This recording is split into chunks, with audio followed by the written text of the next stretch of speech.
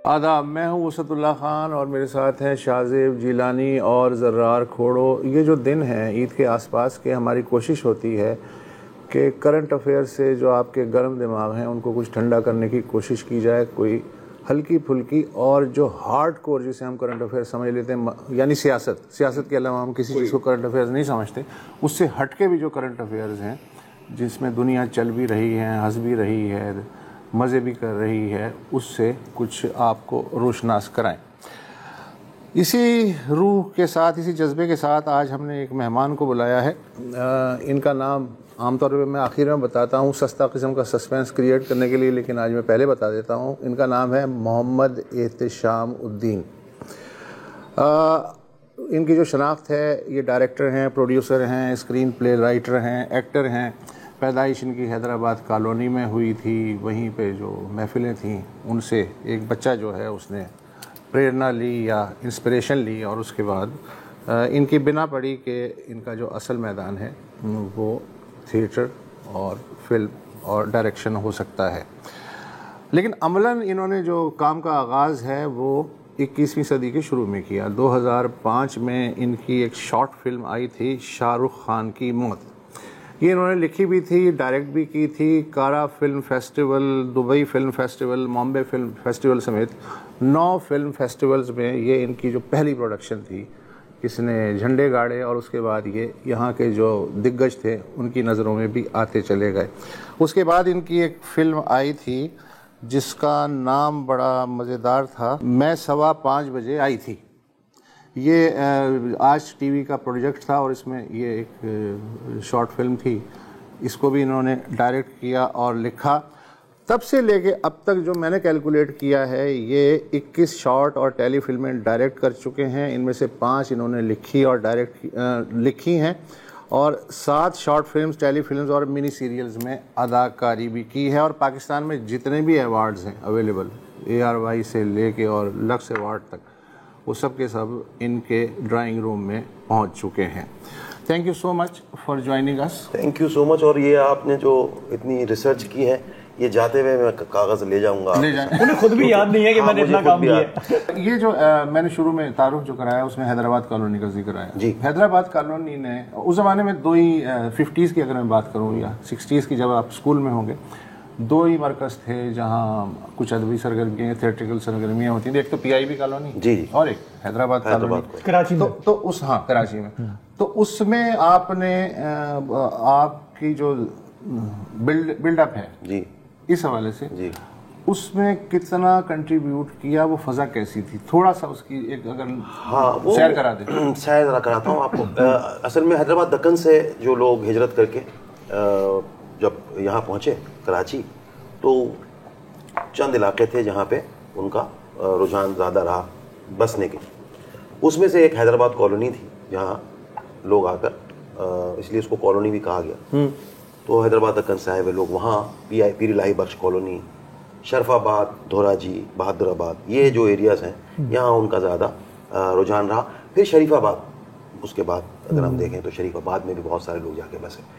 मेरी पैदाइश जो है 65 की है, 1965 की। उस वक्त तक के हैदराबाद कॉलोनी जो है वो अपना शेप ले चुकी थी। जो बनना शुरू हुए थे घर थोड़े बड़े थे, फिर माइग्रेशन होती रही, लोग आते रहे, तो वो घर जो है वो तकसीम दर तकसीम होकर, वो मतलब उसमें लोगों के दिल इतने बड़े थे कि वो अपने घरों में ही लोगों को ठहराते रहे, और फिर वो एक फैमिली जैसे बन गई। ये 4 फैमिलियाँ रहनी है, वो एक फैमिली के तौर पर ट्रीट होती रही। और वहाँ बेशुमार ऐसे लोग जो कि जिन्हें आप कहेंगे कि वहाँ ऐसे भी लोग थे जो वहाँ बहुत कुछ छोड़ कर आए थे और यहाँ उनके पास कुछ भी नहीं था, सिवाय इसके कि उनकी तालीमी काबिलियत थी, या जो वो काम करते रहे, या वो नहीं भी काम करते रहे तो यहाँ आकर उन्होंने जो कुछ भी अपनाया करने के लिए। तो उसमें बहादुर यार जंग स्कूल एक था जो हैदराबाद कॉलोनी में था, और वहाँ जो है वो बड़े ज़बरदस्त असातिज़ा कराम जो है वो रहे, और उन्होंने बच्चों को तालीम भी वहीं देना शुरू की। इसी तरह से ग्रीनवुड स्कूल एक था जो कि जमशेद रोड पे था। हैप्पी होम स्कूल जो है वो कायम हुआ था 50s में। ये कुछ तालीमी इदारे थे जो कि वहाँ काम कर रहे थे और एजुकेशनस थे, जैसे अर्जुमन बानो कज़लबाश जो कि ग्रीनवुड स्कूल चलाती थी। यहाँ पे ख्वाजा मुइनुद्दीन साहब भी हेड मास्टर अच्छा। इसमें बहादुर यार जंग स्कूल, तालीम बालगा वाले, तालीम बालगा वाले, लाल किले से बिल्कुल। और मिस फारूकी जो है वो भी एक एजुकेशन थी, वो उन्होंने हैप्पी होम स्कूल की बुनियाद रखी। इसी तरह से वो और भी जैसे कॉलेजेस वगैरह में देखें तो इस्लामिया कॉलेज बिल्कुल करीब था, वहाँ लोग तालीम पाते थे, नेशनल कॉलेज था, गवर्नमेंट कॉलेज वगैरह। तो ये जो सरगर्मियाँ थी ये तो उन लोगों की तरफ से थी जो वहाँ से जब हिजरत करके यहाँ आए।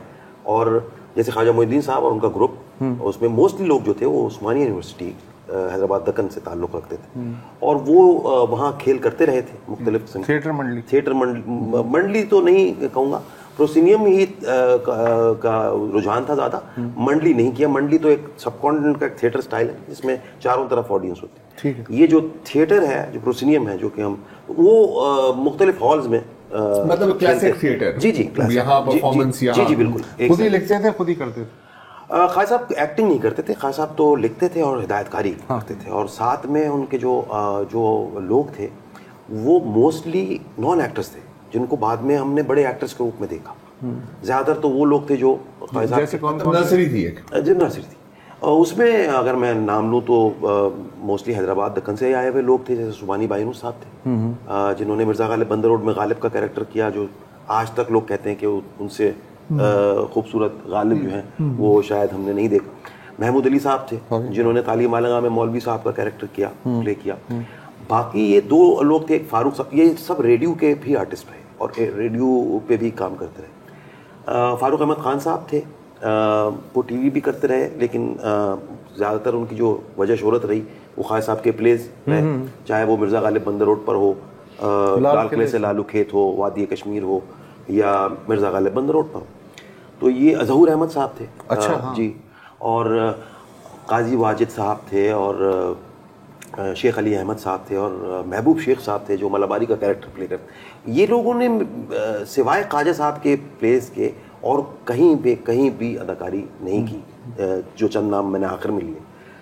अच्छा, मैंने जो आपका ये अब तक जो भी अवेलेबल मटेरियल था वो पढ़ा, वो आप ठीक है कि सफ़े अव्वल का जो इस वक्त एक्टर्स हैं पाकिस्तान में, बिल्कुल शॉर्ट स्क्रीन के, उनमें ज़ाहिर है कि आपका शुमार होता है, लेकिन मुझे ऐसा लगता है कि आपका जो ज़्यादातर जो रुझान है या पसंद है वो है लिखना या डायरेक्ट करना। जी, जो आपका जो प्रोफाइल है उससे मैं पढ़ा हूँ।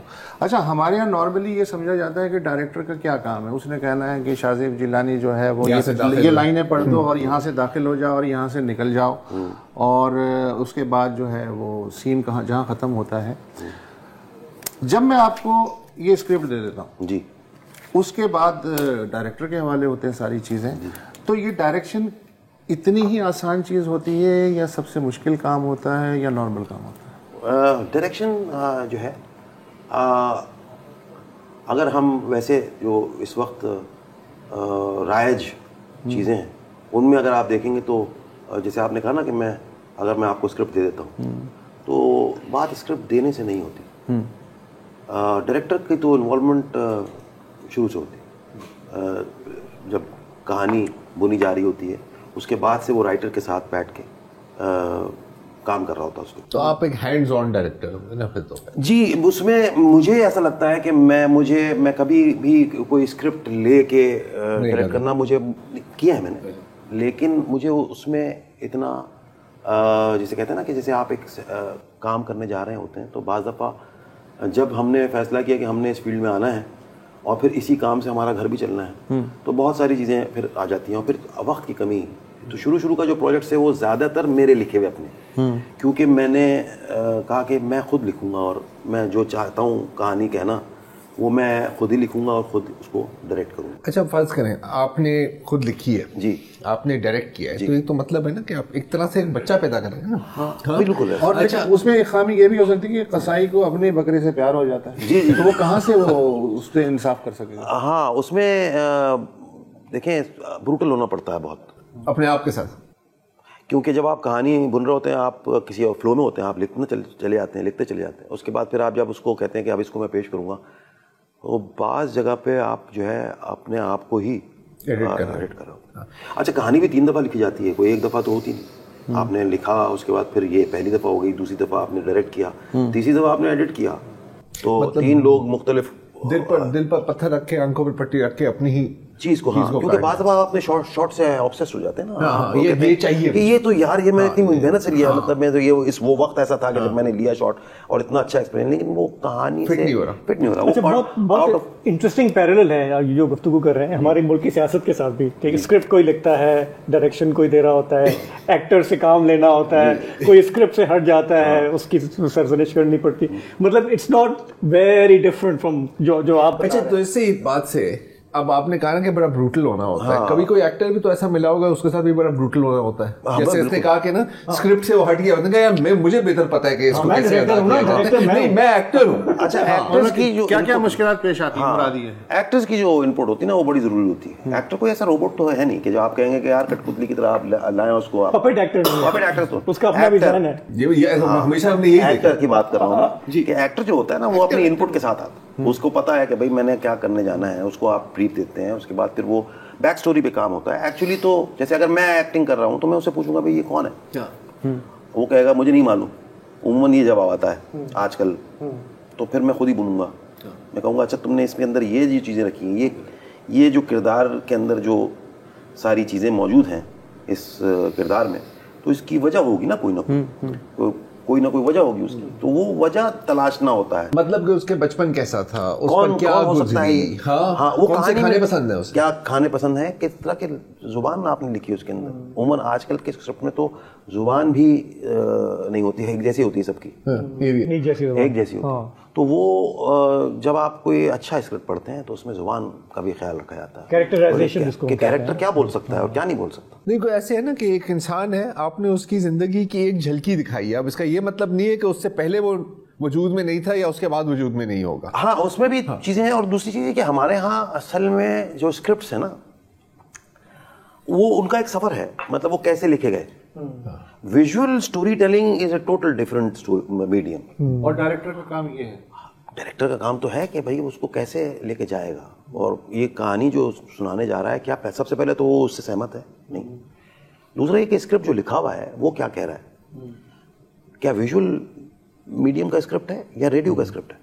क्योंकि हमारे यहाँ ज़्यादातर जो लोग शुरू में लिखने लगे टेलीविज़न के आने के बाद वो रेडियो से थे, तो इसलिए उनके जुमले में आपको वो रंग मिलता है जो कि आपको बोलने की जरूरत ही नहीं है, क्योंकि वो आप देख रहे हैं। समझ रहे हो? ये हमारे न्यूज़ में भी इस तरह ऐसे ही तो वहाँ आप कहते हैं ये इजाफी है, आप कहेंगे क्योंकि विजुअल स्टोरी टेलिंग में तो यू हैव टू शो। ये जो आपने गुलाबी जोड़ा पहना हुआ है जी, या अरे तुम आ रही है तो क्या, अरे तुम आ गए तो आ गए सामने, अरे मेरे कपड़ों पे चाय गिरी। तो वो जो रेडियो का स्क्रिप्ट था ना वो आया टेलीविजन की तरफ, और एक बीच में लकीर लगा के जनाब स्क्रिप्ट लिखना शुरू किया लोगों ने। बहुत उम्दा कहानियां लिखी, ऐसा नहीं है कि नहीं, लेकिन उसके अंदर विजुअल स्टोरी टेलिंग का एक फुकदान था। तो ये कैसे निकाला जाए कि विजुअल जो आपका जो स्क्रीन प्ले है, जो मंजरनामा है, वो क्या कह रहा है, वो कैसे बताया जा रहा है। बाज़ दफ़ा जो लोग अब स्क्रीन प्ले लिखने लगे बाद में, तो उन्होंने वो डिटेलिंग इतनी ज़्यादा कर दी उसके अंदर कि वो उसकी ज़रूरत नहीं है। क्योंकि बाज़ दफ़ा ये होता है कि स्क्रिप्ट जो स्क्रीन प्ले होता है आप उसके ऊपर काम कर रहे होते हैं और उसमें इतनी डिटेल लिखी हुई होती है। जैसे किसी राइटर से मैंने कहा जो तुमने 3 पेज जो लिखे हैं डिस्क्रिप्शन के, ये मुझे नहीं मालूम कि मैंने शूट कहाँ करना है, मुझे वो अवेलेबल जगह देखनी होगी सबसे पहले। दूसरी चीज़ ये कि तुम जो कुछ भी लिखा हुआ है वो मेरे एक पैन शॉट से पूरा हो जाता है, ठीक है ना। तो वो उसकी ज़रूरत नहीं है। तो जो बेस्ट काम करता है वो ये काम करता है कि वो स्क्रीन प्ले अलग होता है और जो ट्रीटमेंट है वो अलग होता है। ट्रीटमेंट से क्या मुराद? ट्रीटमेंट से मुराद ये है कि जैसे एक शख्स आपने देखा कि एक लिखा हुआ है कि एक जो आपका प्रोटैगनिस्ट है वो आता है किसी घर की बेल बजाता है, शाहजेब आता है घर की बेल, शाहजेब आते हैं और घर की बेल बजाते हैं। हाँ। और जब वो बेल बजाते हैं तो कोई नजर नहीं आता है उनको। यहाँ अभी ड्रामा शुरू नहीं हुआ है, कोई नहीं है शायद घर में, लेकिन ड्रामा वहाँ शुरू होता है जहाँ शाहजेब दरवाजे को हाथ लगाते हैं और दरवाज़ा खुल जाता है, तो वहाँ कॉन्फ्लिक्ट और ड्रामा शुरू हो गया। अब शाहजेब अंदर दाखिल हुए हैं, हाथ में उनके सूटकेस है, वो पहुँचते हैं, कॉरिडोर से गुजरते हुए जाके बीच में सूटकेस रख देते हैं। अब ये तो आपका एक मंजरनामा है। अब शाहजेब के दिमाग में क्या चल रहा है वो ट्रीटमेंट के अंदर लिखा जाएगा कि शाहजेब ने सोचा। तो जब वेस्ट में इस तरह के स्क्रिप्ट्स लिखे जाते थे फिल्मों के, तो जैसे अगर 1 पेज 1 मिनट अगर आप कहें, तो अगर 120 मिनट की फिल्म है तो 120 पेजेस होंगे, उसका एक साइज है, ठीक है ना, एक फॉन्ट का भी साइज है। और वो तो 120 पेजेस के स्क्रीन प्ले के साथ बाज़ दफ़ा 800 पेजेस का ट्रीटमेंट, ताकि Shahzeb enters looking concerned, hesitates at the door, ये और शाहजेब ने ये सोचा, और शाहजेब ने बैग नीचे रखा तो ये सोचा, और फिर शाहजेब के जहन में ये ख्याल है और शाहजेब अंदर भागा। क्यों भागा? ये सब चीज़, ये सारी ट्रीटमेंट बहुत अच्छा एक्सप्लेन किया।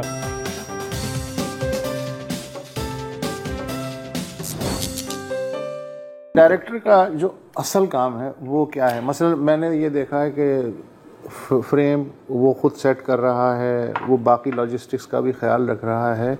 ये असल काम ये है कि वो जो कहानी लिखी गई है वो पूरी सोल और कंटिन्यूटी के साथ मुझ तक पहुंचा दे। उसकी सारी फोकस इस चीज़ पे होना चाहिए बनस्बत इसके कि लॉजिस्टिक्स पे। देखिए, डायरेक्टर का जो काम है ना, जैसे टेलीविज़न जो है वो मैं समझता हूँ कि वो राइटर्स मीडियम है, राइटर्स मीडियम। आप जब भी टेलीविज़न देखेंगे तो आप कहेंगे यार राइटर इनका ड्रामा, जैसे हसीना मोइन ने लिखा, या बजिया ने लिखा, या अमजद इस्लाम अमजद साहब ने लिखा, तो वो राइटर ने एक उसकी इंटेलेक्चुअल प्रॉपर्टी भी है वो तरीके से अगर देखा जाए तो। उसने लिखा एक कहानी और उसने आगे कर। ये जो आपका सिनेमा है ना, ये है डायरेक्टर्स मीडियम। इसके साथ आपको डायरेक्टर का नाम जुड़ा हुआ होता है, वो उस सारी चीज़ों के ऊपर उसको, लेकिन डायरेक्टर अकेला कुछ नहीं है, उसके साथ टीम है, और टीम के मुख्तलिफ काम। जैसे अब अगर मैं डायरेक्टर हूँ तो मुझे ये तो पता है कि यार मैं जो कहानी सुनाना चाह रहा हूँ उसमें ये जो मंजर है इसमें मुझे थोड़ा सा कोल्ड है ये मंजर, तो उस हिसाब से मुझे लाइट चाहिए, जो कि टोन्स जो हैं उसकी ये होने चाहिए कोल्ड। और अगर कहीं मुझे सिर्फ फायरी कोई चीज़ करनी है और मैंने कहा इसमें, तो मैं उसके कलर्स या टोन्स दूसरे तरीके से सोचूंगा और मैं कहूँगा मुझे ऐसा चाहिए। लेकिन मैं टेक्निकल नॉलेज मेरी एक हद तक मैं उसको कर सकता हूँ, लेकिन जो काम है ना वो है फिर डायरेक्टर ऑफ फोटोग्राफी का। हाँ, अब डायरेक्टर का काम क्या है? डायरेक्टर का काम ये है कि मैंने जो चीज़ सोची है वो मैं कितनी खूबसूरती से दिखा सकता हूँ, पहुँचा सकता हूँ अपने डीओपी तक, कि भाई मुझे ये माहौल चाहिए, और मैं जो सोच रहा हूँ क्या मैं वो पूरी टीम जो 200 लोगों की है उन 200 लोगों तक मैं अपनी सोच को पहुँचा रहा हूँ। अगर तो मैं इसमें कामयाब होता हूँ तो फिर यकीनन जो चीज़ क्रिएट होगी, ये जो कहानी पर्दा स्क्रीन पे आएगी वो फिर सब लोगों तक पहुँचेगी। अच्छा, तो इसमें तो फिर देखें तो एक तो चीज़ हो गई ना कि एक बंदा एक आर्टिस्ट है, बड़ी मतलब पक्की विजन है उसकी, लेकिन अगर वो बाकियों के साथ काम नहीं कर सकते और कम्युनिकेट नहीं कर सकते तो वो अधूरी रहेगी जी एक तरह से। जी। तो सिर्फ मतलब आपको आर्टिस्ट होने की जरूरत नहीं है, आपको एक तरह से मैनेजर भी होने की जरूरत है, और फिर आपको ये आपके अंदर ये सलाहियत होनी चाहिए कि यार अगर कोई बंदा है वो थोड़ा सा है क्रैक, जी जी उसको भी मतलब एक साथ बैठे हुए हैं ना यार, नहीं तो मैं फ्रेम आउट हो जाता है कि मैं भी थोड़ी सी मतलब डायरेक्शन की बात हो रही है तो मुझे भी या कोई क्रैक हो या कोई थोड़ा जज्बाती हो, नहीं उसमें बिल्कुल उसको भी संभालना पड़े। बिल्कुल एक डायरेक्टर के अंदर एक पुलिसमैन भी होता है, वो कहेगा भाई वक्त पे क्यों नहीं आया, तुम कहाँ थे, या वो ये कहेगा कि जब उसका एक्टर उसके पास आता है तो सबसे इम्पोर्टेंट उसके लिए उसका एक्टर है, जिसको उसको पहले तो जो चीज वो सोच या घर से लेकर चला है उसको वाइप आउट का, लड़के आया घर से कैसे आया वो पता है उसको, उसके साथ करके आया कुछ काम। सबसे बड़ी मुश्किल ये है कि 9 बजे के टाइम पे पूरी टीम होती है क्या?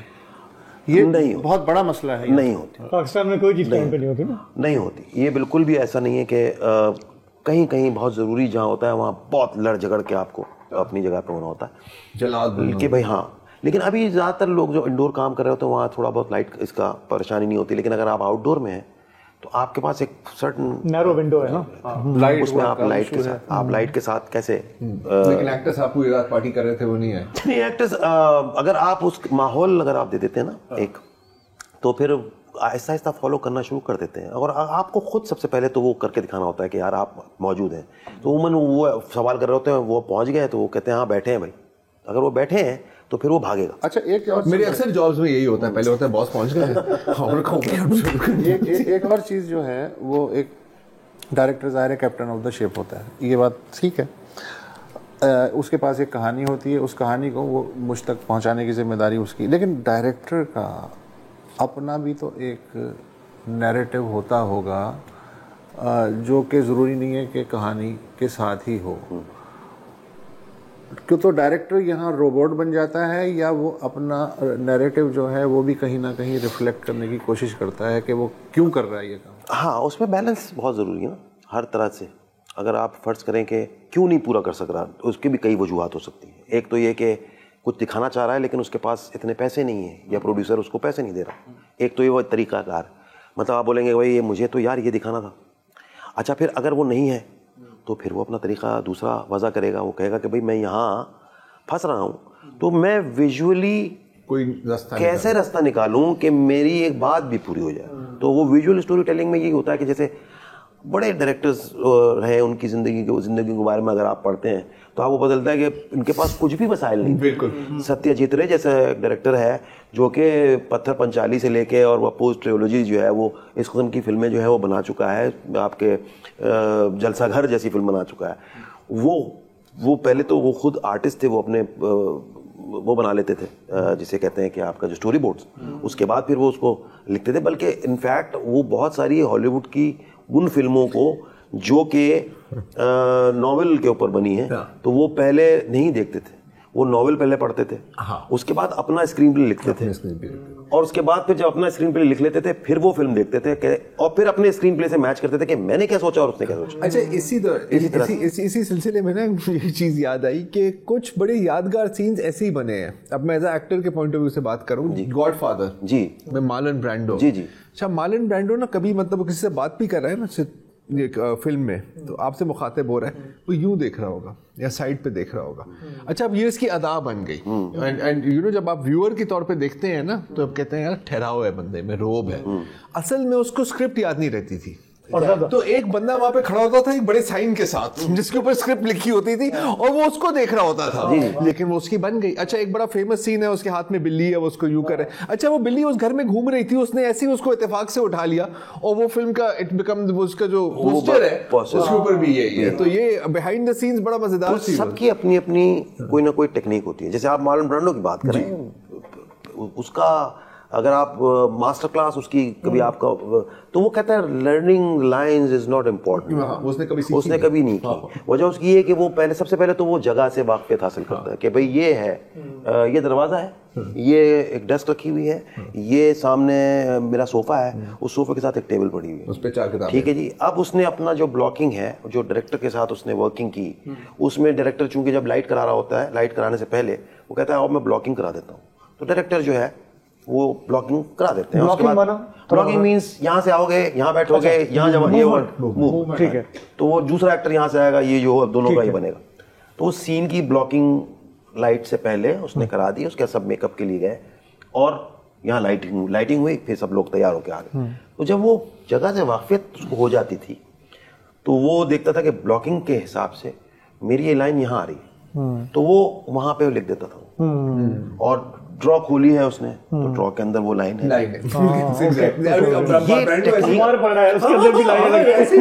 चूंकि ये एक ऐसा आर्ट है, हर कोई देख के भी नहीं पढ़ सकता। कुछ लोगों को ये सलाहियत होती है उनमें, अपनी जो चीज है उसमें रहते हुए वो लाइन बोल देते हैं। और आपने देखा उसने बड़ा कमाल काम। बाज लोग जो हैं वो बड़ा मेथड पे काम करते हैं, अपने घुस जाते हैं, वो अपने किसी सीन को अपनी जिंदगी के किसी हिस्से से जोड़कर और उसके बाद फिर वो काम में लाते हैं। बाज लोग कहते हैं कि यार no expression is all expression. जैसे किसी ने कहा कि भाई एक जो अदाकारी के शोबे में आए हुए बच्चे, उनसे किसी ने कहा कि भाई ये एक तस्वीर है एक औरत की और इसके ऊपर तुम लिखो कि इसकी ज़िंदगी में क्या हुआ, और वो एक तस्वीर थी, सबको दे दी गई। उसके बाद जब वो तस्वीर आई तो किसी ने लिखा है इसके बेटे की ग्रेजुएशन है, ये उसमें खुश नज़र आ रही है, ये हो रहा था इसकी ज़िंदगी में, तो यूँ, तो कुछ 100 लोगों को दी गई तो 100 मुख्तलिफ आरा इंटरप्रिटेशन सामने आई।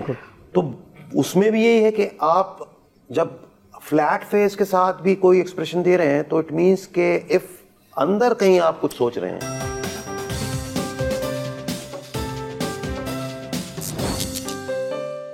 लेवल है ना एक्टिंग का, आपको क्राउन का मैं मिसाल देने वाला हूँ, हाँ, लोगों को बहुत पसंद है।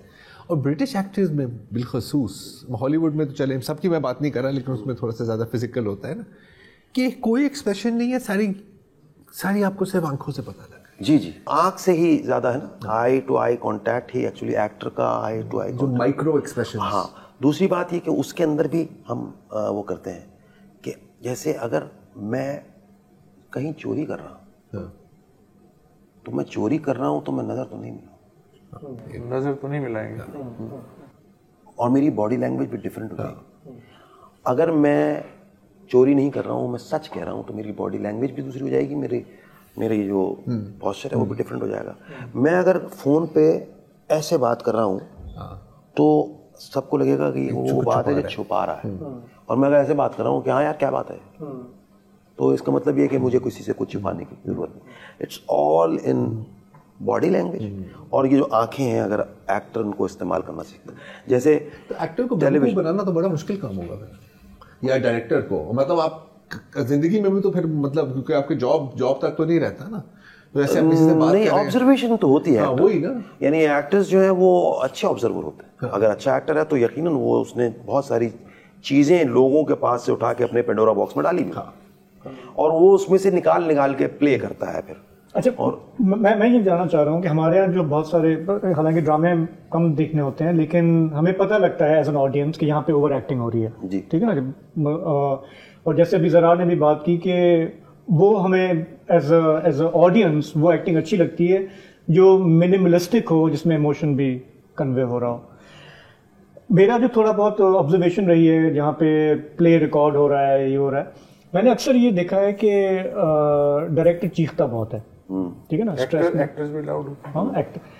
मैं आपसे जानना चाह रहा हूँ, आप क्योंकि आप स्क्रिप्ट राइटर भी हैं, डायरेक्टर भी रहे हैं, एक्टर भी रहे हैं, हमारे यहाँ शोबिज हो या ये हमारा ये वाला प्रोफेशन हो, ईगोज का बड़ा क्लैश होता है। पॉलिटिक्स में भी हमने देखा है, ईगोज का क्लैश होता है, पूरा मुल्क तहस नहस हो जाता है। मैं ये जानना चाह रहा हूँ, जब आप ये काम कर रहे होते हैं और एक बंदा है वो कह रहा है कि जी मैं आपसे बहुत बड़ा एक्टर हूँ, आप मुझे क्या बताओगे?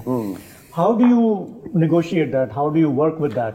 अच्छा, वैसे तो अव्वल तो ये नहीं होता कि मैं आपसे बड़ा हूं तो आप मुझे नहीं बता सकते। डायरेक्टर इज एक्चुअली डायरेक्टर, वो जो चाहता है वो उसको, अगर आप किसी के साथ नहीं काम करना चाहते हैं वो अलग बात है कि भाई मैं इसको नहीं समझता डायरेक्टर, तो मैं इसके साथ काम करके, लेकिन जब आपने ऑप्ट किया है तो फिर आपको उस पर चलना है। साइन अप कर लिया, ड्राइविंग सीट पे दो लोग नहीं हो सकते, ठीक है ना। उसमें जो डायरेक्टर है ना, डायरेक्टर को बहुत सारी चीजें अगर आप कहते हैं कि पता होनी चाहिए, तो सबसे पहले तो उसको ये पता होना चाहिए व्हेन नॉट टू डायरेक्ट।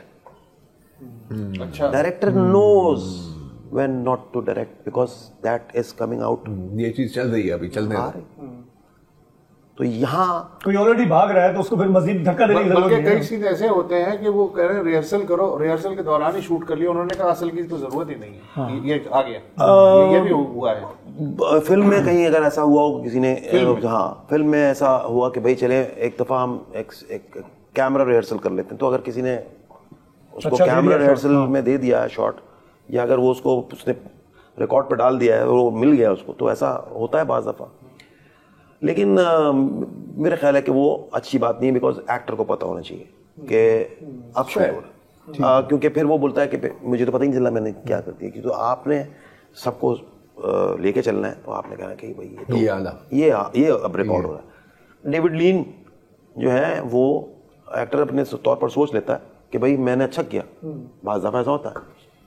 तो ये जो एक फिल्म थी ब्रिज ऑन रिवर क्वाई, ठीक है, डेविड लीन की बड़ी क्लासिकल फिल्म थी, उसमें सर एलेक गिनेस जो है, उनकी एक वॉक थी जिसमें वो बाहर निकलते हैं और चलना शुरू करते हैं, संदूक से बाहर, वो जो उसमें से डेविड निमन था, नहीं सॉरी वॉक का सीन नहीं था, सर एलेक गिनेस से कैसा कोई शॉट था उनका ही, एक मैंने पढ़ा था जिसमें उन्होंने शॉट लिया और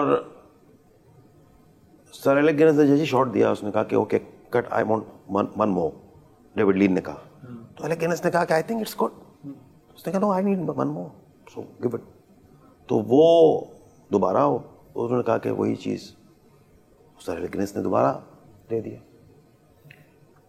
और उन्होंने कहा cut, I need one more, David Lean ने, उसने कहा I still think that first one is the better, उसने कहा नहीं आई नीड, ये कुछ 17 दफा हुआ, 17 टाइम्स, और उसने आखिर में 17वीं दफा भी उसने ये कहा कि I still think that the first one is the best one.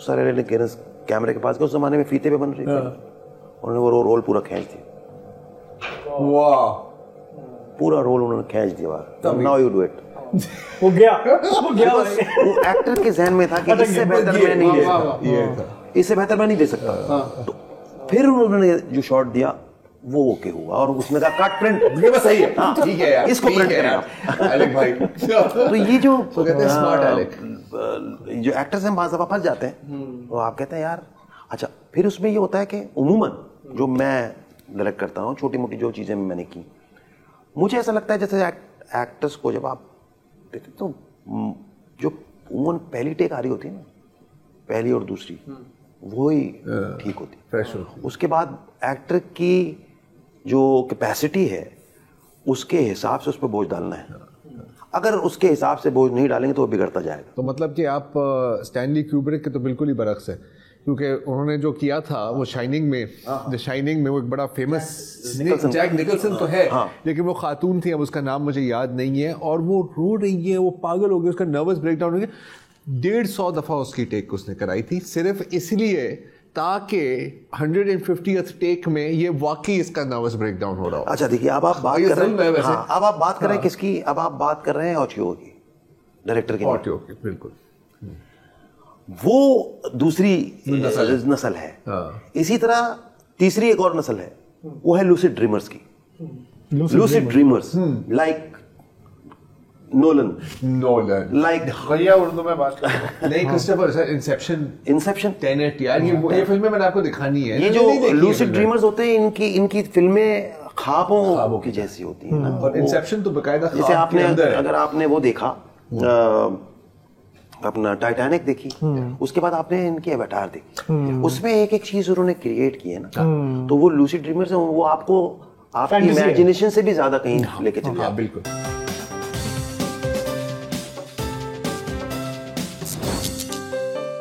हमारे प्रोफेशन में जैसे हम यंगर सहाफ़ियों को भी ट्रेन कर रहे होते हैं, और जो जनरेशन जी है उसके एक अपने तकाजे हैं और अपने मामलात हैं ना, when you work with younger, चाहे एक्टर्स हों या दूसरे आपके टैलेंट हो, आपको उनमें एक मेरा सवाल ये है कि वो आपको लगता है कि वो रिस्पेक्ट करते हैं अपने सीनियर्स को, और दूसरा ये कि उनमें वो पेशेंस है जो कभी when you were starting out, आप नहीं वो कम्युनिकेट कर पाते हैं आप उनसे और वो आपसे? बिल्कुल, मैं एक्चुअली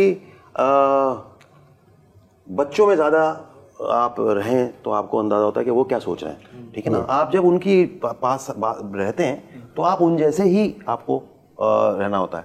दूसरा ये रिस्पेक्ट की जो बात कर रहे हैं ना आप, रिस्पेक्ट तो देने से मिल रही होती है, अगर आप उनको उनकी चीज़ की रिस्पेक्ट देंगे वो ऑटोमेटिकली आपको देंगे रिस्पेक्ट, नंबर एक। और जेन जी जो है, जो आपकी जो 20 समथिंग जो है, हाँ, ये तो बड़े फास्ट पेस बच्चे हैं और इनके अपने मसाइल हैं। अगर आप उनको खोजने की कोशिश करेंगे तो आपको बहुत सारी चीज़ें मिलेंगी और फिर आप ये सोचने लगेंगे कि ये ऐसे क्यों है। मैंने तो बहुत सारी चीज़ें उनसे सीखी, मतलब मैं उस ज़माने का हूँ जिस ज़माने में चीज़ें नई नई आई, तो ये आज भी मैं करता हूँ। तो मेरी बेटी मुझसे कहती, बाबा आप इसको ऐसे क्यों करते हैं, आप इतना घूम के क्यों आते हैं आप डायरेक्ट आए। तो मैं कहता हूँ अच्छा। फिर मैं अपने सेट पे जो बच्चे आते हैं उनसे बहुत सारी चीज़ें ऐसी सीखी कि भाई आपने तो रहना है इनके साथ, अगर आपने कनेक्टेड रहना है तो इन बच्चों के साथ तो आपको इनकी जो एप्लीकेशन ये इस्तेमाल कर रहे हैं उनको भी आपने देखना है कि ये कहाँ जा रहे हैं, मतलब और क्या हो रहा है। मतलब कि ये आप तय कर लें कि मरते दम तक आप सीख रहे हैं। एग्जैक्टली और हर आदमी सीख रहा है, हर आदमी सीख रहा है। और उसमें ये है ना कि हम असल में हमारे कल्चर का मसला है। हम कल्चर को जब देखते हैं तो हम ये देखते हैं कि हम ऐसे क्यों हैं, या हम क्या सोचते रहे हैं, या हम क्या करते रहे हैं। तो अब वो वक्त आ गया, जैसे अब हम एज के हिस्से में आ गए कि हमने कहा कि यार अब क्या मतलब नहीं ना, तो आप तो है ना, अभी आप उस जगह पे मौजूद हैं जहाँ पे सब कुछ हो रहा है। ऐसा क्यों हो रहा है, इसको अगर हम और मजीद वो देखेंगे तो हम ये बात करेंगे कि भाई जब आप मरना सीख जाएं तो आप जीना सीख जाते हैं। वाह। और यहाँ पर हाय मेरा सवाल ये है कि आपके ने शॉर्ट फिल्में खासी बनाई हैं। जी। अच्छा, लिखी भी हैं, एक्टिंग वगैरह भी की है। पाकिस्तान जैसा जो ममालिक हैं उसमें शॉर्ट फिल्में बनाना ये खसारे का सौदा नहीं है? अच्छा, 2-3 चीज़ें जो मैंने शॉर्ट फिल्में बनाई, वो जैसे एक सीरीज थी आज टेलीविजन पे, हाँ। और खालिद साहब प्रोड्यूस करते थे उसको, आज की कहानियों की कुछ चीज़ें तो वो प्रोड्यूस करते थे। तो उसमें हमने कोशिश की थी कि कुछ, चूँकि किताबों की तरफ ज़रा रुझान कम हो गया था, और हम समझते थे कि कुछ राइटर्स ऐसे हैं जिनकी कहानियों पे अगर हम काम करके उनकी कहानियाँ दिखाते हैं, जो कि एक पुराना तरीक़ाकार भी है कि आपने अदब से कोई चीज़ उठाई और उसको, तो वो हमने ये कहा कि चलो इसमें हम कुछ छोटी छोटी फिल्में करते हैं, मुख्तलिफ राइटर्स की उनकी कहानियों से अडैप्ट करके ड्रामेटाइज करते हैं। तो उसमें फिर हमने उन चीज़ों को छोटी फिल्में बनाई। शाहरुख खान की मौत जो मैंने बनाई थी वो फेस्टिवल की पॉइंट ऑफ व्यू से कि भाई ये किसी फेस्टिवल में भेजेंगे, वो तो हमने उस पॉइंट ऑफ व्यू से। लेकिन जब वो फेस्टिवल में चल गई और एक नहीं 9 कोई फेस्टिवल्स किए उसने, वो उसको फिर बाद में टेलीविजन TV1 ने उसको ले लिया था। लेकिन नॉर्मली अगर आप लेके जाएं चैनल में शॉर्ट फिल्म का आइडिया, शॉर्ट फिल्म तो मार्केटिंग वाले कहते हैं कि ये क्या देखिए उसमें जो चैनल के मार्केटिंग वाले हैं ना, वो उनसे मैं ये कह रहा था कि आप लोग जो 26 एपिसोड के और 30 एपिसोड के, और अब तो 40 एपिसोड हो गए, उसी प्राइम टाइम की चीज़ जो चल रही होती है 30-40 एपिसोड्स होते हैं, उसमें कहानी स्ट्रेच होती है। आप शुरू के अगर फ़र्ज़ करें कि 4 या 5 एपिसोड्स में आप समझते हैं कि लोगों को मज़ा आया, तो बीच की 10 एपिसोड निकाल दें, उसके बाद फिर आखिर की 4-5 में शायद फिर लोगों को मज़ा आए, तो वो जो बीच का वार्ड निकाल दें, मतलब उसको कम कर लें, या कहानी को इतनी स्ट्रेच आउट क्यों होती है कहानी। तो मैंने तो ये 2016 में इन लोगों को कहा भी कि शॉर्ट फॉर्मेट बनाते हैं, अगर आपको सीज़न या कोई इस तरह की चीज़ सोचें उस पर, जो तो आपकी तजवीज़ उन्होंने उस पर कोई, उन्होंने 6 एपिसोड का एक मेरा मोहब्बत.pk के नाम से एक वो, लेकिन आमतौर पे वो ऐसी चीज़ें पसंद नहीं करते, इसलिए कि मार्केटिंग वालों को उनकी मेहनत करनी पड़ती है हर दफ़ा नई चीज़ बना हुआ है ना प्रोडक्ट को, अगर आपने उसमें सस्टेन भी करना है। लेकिन मुझे लगता है कि अब आ रहा है वो दौर, क्योंकि अभी बहुत सारे चैनल ने ये काम शुरू किया कि जहाँ 6 एपिसोड 4 एपिसोड का एक वो सीजन या कोई, इसको क्या मिनी सीरियल बोलते हैं, मिनी सीरियल, जैसे काबली पुलाव तो 19-20 था, 19 से एक्चुअली था 16 एपिसोड, थोड़ा सा खींच गया तो हाँ, वो 16 एपिसोड्स थे जो हमने जो जफर ने लिखे थे। वो जब बने तो उसमें से शायद 17 हो गए होंगे या 18 हो होंगे, और एक आध शायद चैनल ने भी ये कहा होगा कि थोड़ा सा ऐड लगा दो, सारन को ज्यादा पतला नहीं किया गया, उतना ही ज्यादा पतला नहीं किया गया, बहुत कम। हाँ, ज्यादा पतला ना, उम्मन ये होता है कि बहुत पतला कर देते हैं पानी डाल डाल। बोल्ड एंड द ब्यूटीफुल के तो मेरे ख्याल है कि 1.5 लाख एपिसोड चले। नहीं, वो तो उसी तरह लिखा गया ना। हाँ, देखिए उस वहाँ पे एक बड़ा दिलचस्प बात बताऊँ आपको कि वहाँ पैनल ऑफ राइटर्स होता है, यहाँ पे हम एक आदमी पे काम, वहाँ पैनल ऑफ राइटर्स होता है। पैनल ऑफ राइटर्स के बाद भी वो करते ये है कि वो उसको किल फी देते हैं जिसका स्क्रिप्ट नहीं चलाया इस दफा, और फैन फिक्शन से भी उठाते हैं। फैन फिक्शन इज आल्सो वहाँ बड़ा वो वहाँ से उठाते हैं। तो यहाँ राइटर भी आदमी को खुद ही बनना है और डायरेक्टर की तरबियत भी खुद ही लेनी है। जो सूरत हाल है, सूरत हाल तो यही है, कहती है हम खुशकिस्मत थे, हमें उस्ताद अच्छे मिले, नंबर 1। दूसरी बात ये कि हमें शायद मौका मिल गया PTV एकेडमी जाने का 97 में। वहाँ हमने कोई 60 दिन ट्रेनिंग की, टेलीविज़न प्रोडक्शन की, असलम अजहर जैसे साहब, निसार मिर्ज़ा साहब कैमरा की ट्रेनिंग, मुन्नू भाई राइटिंग की ट्रेनिंग, बख्तियार अहमद, मोहसिन अली टेलीविज़न हिदायतकारी की। तो हर एक को तो ये मौका नहीं मिलता ना, हर एक को नहीं मिलता। आजकल अकेडमीज हैं, एकेडमीज अब तो ये जो पढ़ाया जा रहा है सब्जेक्ट मीडिया साइंस, उसमें दायरी वगैरह पर मुख्तलिफ जगहों पे अब वहाँ से जो बात निकलेगी देखना ये स्कूल के लेवल पे भी वो कितना इंडस में ही पढ़ा जाता है। गुफ्तगू हस्बे मामूल जो है वो अधूरी रही। अच्छा, अधूरी एंड होना भी नहीं चाहिए मेरा ख्याल है। कंटिन्यू करेंगे जी। हम 2 सीरियल तो निकाल लेंगे। Thank you so much. Thank you जी, थैंक यू। ये फ्रैंक गुफ्तगू आपने सुनी, कंक्लूजन आप निकाली है, गुफ्तगू हमने आपको फराहम कर दी। आज के लिए इतना ही। खुदा हाफिज़।